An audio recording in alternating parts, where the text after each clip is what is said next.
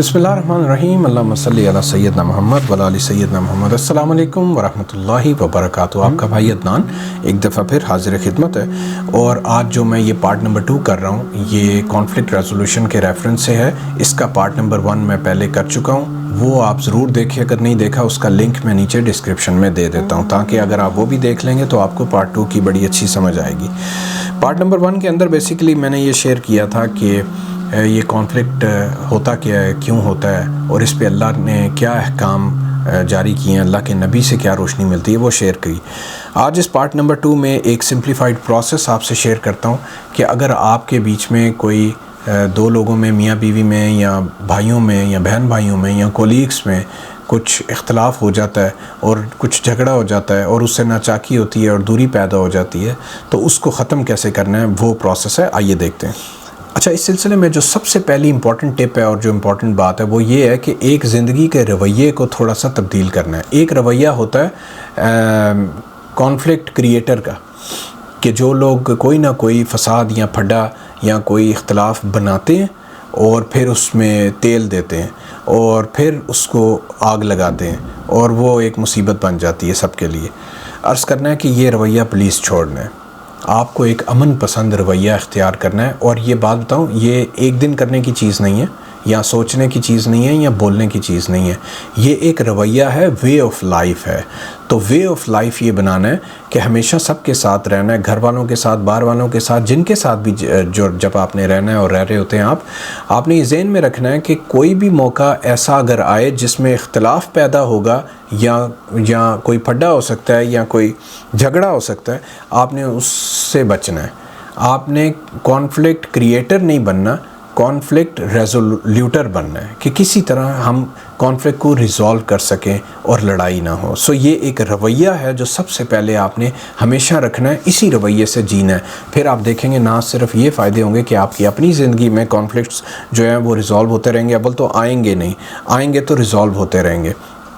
और दूसरा ये होगा कि आपकी अपनी ज़िंदगी तो पुरअमन होगी ही, बल्कि साथ ये भी होना शुरू हो जाएगा कि जो आपके 360 आपके गिर्द जो लोग रह रहे हैं उनमें भी अगर कभी इस तरह की कोई चीज़ें आती हैं तो आप उनको रिज़ॉल्व करने वाले बन जाएंगे, आप अमन फैलाने वाले बन जाएंगे। ये बहुत बड़ी बात है, ये छोटी चीज़ नहीं है।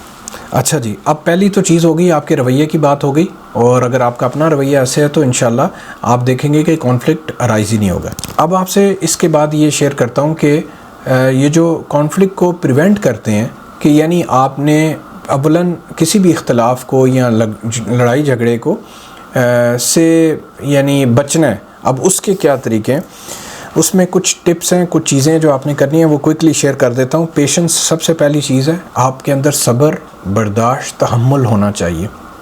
जिन लोगों में ये खसूसियात हैं वो किसी भी कॉन्फ्लिक्ट में जल्दी नहीं जाते। दूसरा, फ्लेक्सिबिलिटी आपके अंदर होनी चाहिए। हर आदमी का अपना मिजाज होता है और अपनी मर्ज़ी से जीना चाहता है, लेकिन जब आपने लोगों के साथ रहना होता है तो और लोगों के भी अपने मिजाज हो। तो अगर आप उनके साथ फ्लेक्सिबल नहीं रहते, अकोमोडेटिव नहीं हैं, उनको बर्दाश्त नहीं कर सकते, तो आपके लिए मुश्किल हो जाता है औरों के साथ रहना और कॉन्फ्लिक्ट्स आते हैं। फिर रिस्पेक्ट, ये बहुत बड़ी चीज़ है।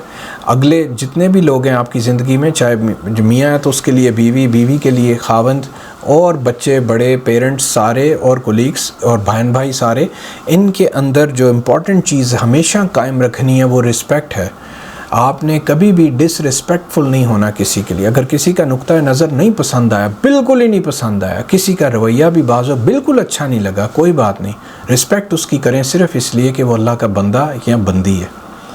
और it's okay, difference of opinion हो सकते हैं, लेकिन इसका ये मतलब नहीं कि लोगों की इज़्ज़त करना छोड़ दें। सबकी इज़्ज़त करें। आप देखें, आप सिर्फ इज़्ज़त करते रहेंगे, खाली आपकी इज़्ज़त करने से ये होगा कि अगला जो है वो आपसे अगर डिफरेंस ऑफ ओपिनियन रखता भी है फिर भी आपसे लिहाज करेगा, प्यार करेगा और आप कॉन्फ्लिक्ट में एंटर नहीं होंगे। फिर एक और टिप है, वो होती है क्लैरिटी की। हमेशा क्लियर रहें अपने कॉन्सेप्ट्स में और अपनी कम्युनिकेशन में, अपनी बात में।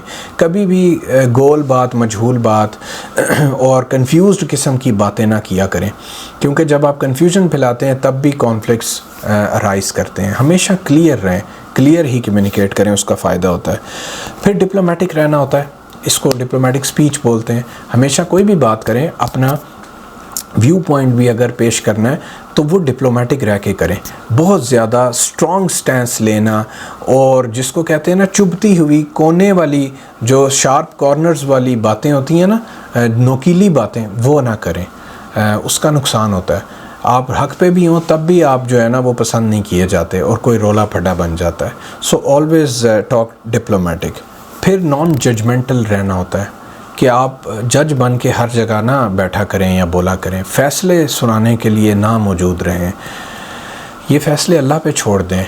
और आप जो है वो अगर रवैया ऐसा रहे कि किसी को कुछ अच्छा मशवरा दे सकते हैं तो दे दें, वो सुन ले तो अच्छी बात है, नहीं भी सुने तो कोई बात नहीं, बर्दाश्त कर जाएं। फ़ैसले ना करें, जज ना बने उनके।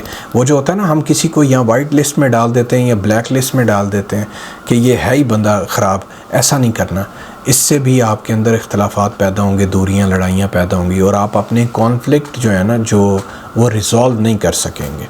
फिर ओपननेस एक चीज़ है, यानी आपने बायस नहीं रहना। जब आप पहले से ही तरफदारी कर रहे होते हैं या जहन में कोई चीज़ बिठाए हुए होते हैं कि ये तो बंदा ही ऐसा है, ये तो है ही बुरा, या तो ये है ही बहुत अच्छा, तो उस सूरत में भी आपके कॉन्फ्लिक्ट्स आते हैं। ओपन रहें, हमेशा ओपननेस जो है वो रखें, दिमाग को खुला रखें, आज़ाद रखें। इनसाइटफुलनेस कहते हैं, ऑब्ज़र्वर अच्छा आपको होना चाहिए। जो लोग भी अच्छे ऑब्ज़र्वर्स होते हैं, देखते रहते हैं, मुशाहिदा करते रहते हैं लोगों का, चीज़ों का सारा, मैंने देखा है कि वो लोग भी बहुत अच्छे कॉन्फ्लिक्ट रेजोल्यूटर्स बनते हैं, मसाइल को हल करने वाले बनते हैं। फिर एक माइंडफुल लिसनिंग का कॉन्सेप्ट है कि हमेशा किसी की भी बात ज़रूर सुने, इग्नोर ना करें, किसी को भी बुरा, घटिया, छोटा ना जाने। जब आप सुनते हैं लोगों की बात हौसले से, तो वो अपनी चूँकि कह चुके होते हैं तो वो भी कूल डाउन हो जाते हैं। आप भी चूँकि सुन लेते हैं तो आपको भी बाज़ वक़्त कोई नई चीज़ समझ में आ जाती है, ऐसा होता है। तो इससे भी कॉन्फ्लिक्ट्स रिज़ॉल्व होते हैं। और आखिरी बड़ी इंपॉर्टेंट चीज़, पॉजिटिव बॉडी लैंग्वेज। हमेशा अपनी बॉडी लैंग्वेज जो है वो पॉजिटिव रखें, नेक रखें, अच्छी रखें।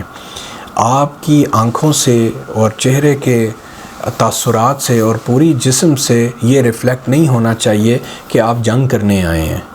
हमेशा ये होना चाहिए कि आप मसले को सॉल्व करना चाहते हैं, आप एक पुरअमन इंसान हैं, प्यार करने वाले इंसान हैं। तो जब तक आपके अंदर ये चीज़ पैदा नहीं होगी, वो बॉडी से रिफ़्लेक्ट नहीं होगी। सो बॉडी से हमेशा पॉजिटिव वाइब्स देनी चाहिए ताकि अगले को पता हो कि यार ये बंदा बदनीति के साथ नहीं मुझसे बात कर रहा, ये अच्छी नीयत, अच्छी सोच के साथ आया है।